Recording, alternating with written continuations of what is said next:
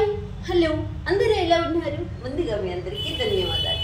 నా యొక్క వీడియోస్ని మీరంతా చాలా బాగా ఆదరిస్తున్నారు, చాలా బాగా సపోర్ట్ కూడా చూస్తున్నారు.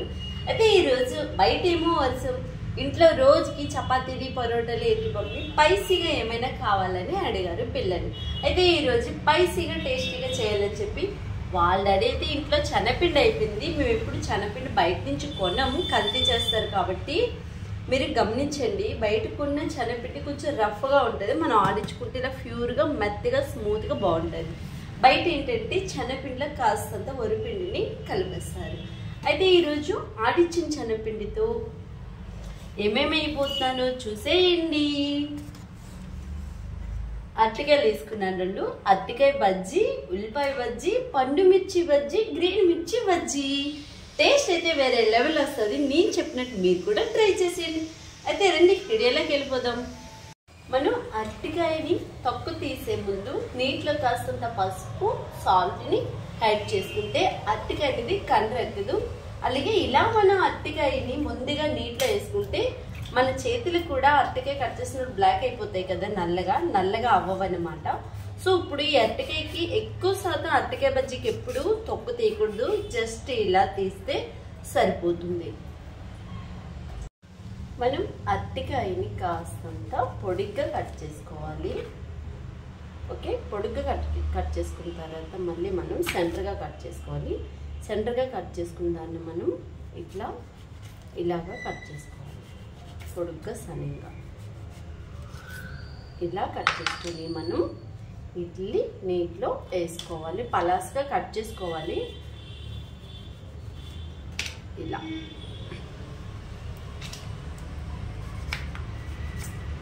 ఇలా లేర్లా పలాస్గా మనం కట్ చేసుకోవాలన్నమాట. చూసారా? ఇలా ఈ ఉల్లిపాయలు అయితే సన్నింగా వచ్చేలాగా పల్సగా రౌండ్గా చక్రాల్లాగా కట్ చేసుకోవాలి. మనం మీకు చూపిస్తున్నాను చూడండి. ఇలా రౌండ్గా సన్నింగా ఇంత బాగా వచ్చేలా కట్ చేసుకుంటే బజ్జీ అంత బాగా వస్తుంది. కటింగ్లో కూడా ఉంటుంది, మనం కట్ చేయడంలో కూడా ఉంటుంది అన్నమాట. ఓకే, తీసుకునే 2 ఉల్లిపాయలు కూడా ఇలా చక్రాలు మాదిరిగా పల్చగా కట్ చేసుకున్నాము. ఈ మిరపకాయలు కూడా కాస్తంత ఇట్లా మనం ఘాట్ పెట్టుకోవాలి. మనం మిరపకాయని ఇలా ఉంటుంది కదా, ఈ భాగంలో మనం ఘాట్ పెట్టుకోండి. మిరపకాయకి ఇట్లా నూపల వైపు భాగాన మనం ఘాట్ పెట్టుకొని ఇలాగా చాకు ముక్కుతో ఇలా అంటే సరిపోతుంది. ఇలా కరెక్ట్గా గమనించండి, ఇట్లా చేసుకుంటే సరిపోతుంది. సో పండు మిరపకాయలతో ఒకసారి బజ్జీ ట్రై చేయండి, చాలా స్పైసీగా టేస్టీగా కూడా ఉంటుంది. ఈ మిరపకాయలు మనం గ్రీన్ ఇవి ఉన్నాయంటే ఇవి జస్ట్ టేస్ట్ కోసమే, కారం ఉండవు అస్సలు. ఓకే, ఈ పండు మిరపకాయలతో మిరపకాయ బజ్జీ వేసుకొని తింటే టేస్టే వేరే లెవెల్. మన బజ్జీల కోసం ఇక్కడ అన్ని ఇంగ్రీడియంట్స్ రెడీ చేసి పెట్టేసాము. అరటికాయలు కూడా ఒక మూకుడిలో వేసేసుకున్నాం నీళ్ళు వాడేలాగా. అయితే ఇప్పుడు వీటి కోసం పిండిని మంచిగా మిశ్రమాన్ని తయారు చేసుకోవాలి. 1 and 2 ఇలా ఈ మాదిరిగా శనగపిండి అయితే ఫస్ట్ మనం ఒక బౌల్లోకి తీసుకున్నాం అన్నమాట, ఒక బాండీలోకి.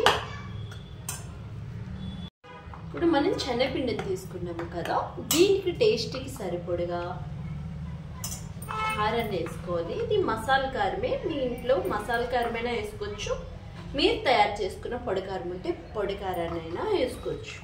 మెయిన్ దీనికి టేస్ట్ తెచ్చేది పసుపుని కూడా కంపల్సరీ మనం వేసుకోవాలి.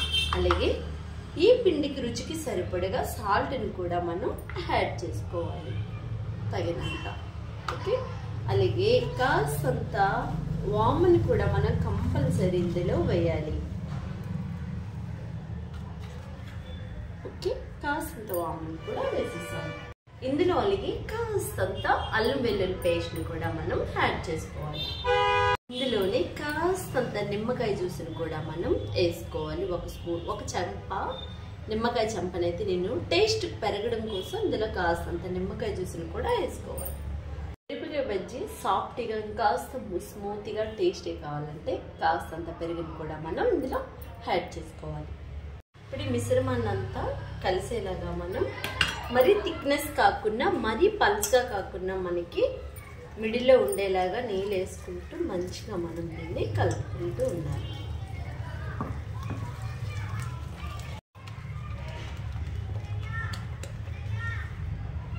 ఇంకాస్త నీళ్ళని వేసుకోవాలి.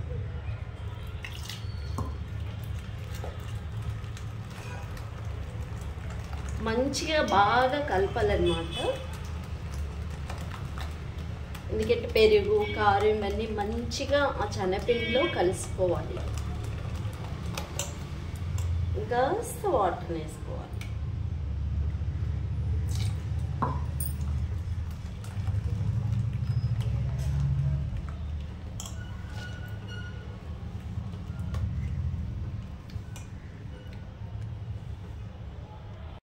సో మన శనగపిండి అంతా అయితే మంచిగా స్మూత్గా అయితే కలిసిపోయి వచ్చింది. సో మిశ్రమం ఎలా ఉండాలనేది మీకు చూపిస్తాను. చూడండి, ఇలా చూడండి, ఈ థిక్నెస్తో ఉండాలి. ఇలా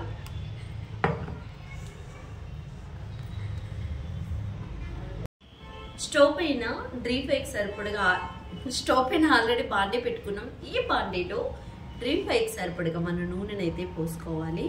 బయట ఏంటంటే మరిగిన దాంట్లోనే చేస్తారు. మనం ఇంట్లో అలా కాదు, ప్రెస్గా వేసుకొని చేసుకొని ఒక్కసారి డ్రీప్ ఫ్రై అయిన ఆయిల్ని అది కుకింగ్లో వాడేసుకోవాలి. 2-3 సార్లు డ్రీప్ ఫ్రై అయిన ఆయిల్ మాత్రం అస్సలు కుకింగ్లో వాడకూడదు. ఓకే, ఈ ఆయిల్ మంచిగా వీటెక్కాలి. మనం వేసుకునే ఆయిల్ మంచిగా వీటెక్కింది. ఫస్ట్ మనం అరటికాయలతో బజ్జీని స్టార్ట్ చేసేద్దాము.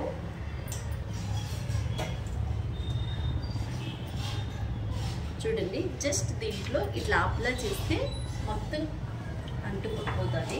అలా మనం తీసి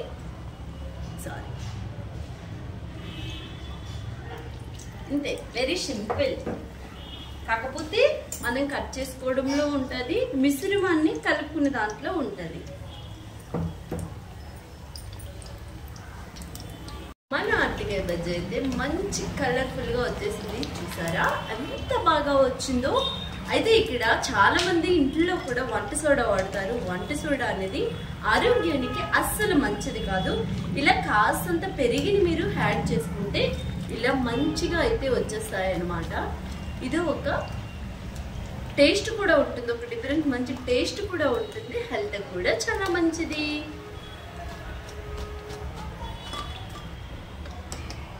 బజ్జీ అయితే వేసేసాం కదా. ఇప్పుడు ఉల్లిపాయ బజ్జీ, జస్ట్ ఉల్లిపాయని కూడా ఇట్లా పట్టుకొని ఇలా ఇందులో ముంచేసి వేసేసుకోవడమే.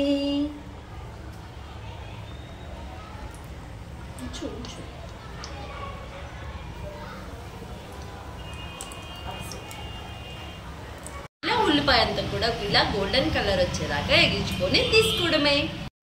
పండు మిరపకాయ బజ్జీ సేమ్ ఇది కూడా అంతే, ఇట్లా ముంచేసి ఇలా తీసి వేసేసుకోవడమే.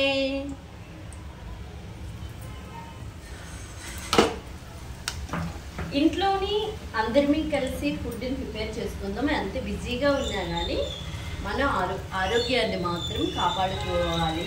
ఇది చాలా చాలా ఇంపార్టెంట్. మనం ఎంత కష్టపడినప్పటికి కూడా ఆరోగ్యమైన ఫుడ్ని తీసుకోవడం, మన ఆరోగ్యాన్ని కాపాడుకోవడం చాలా చాలా ఇంపార్టెంట్.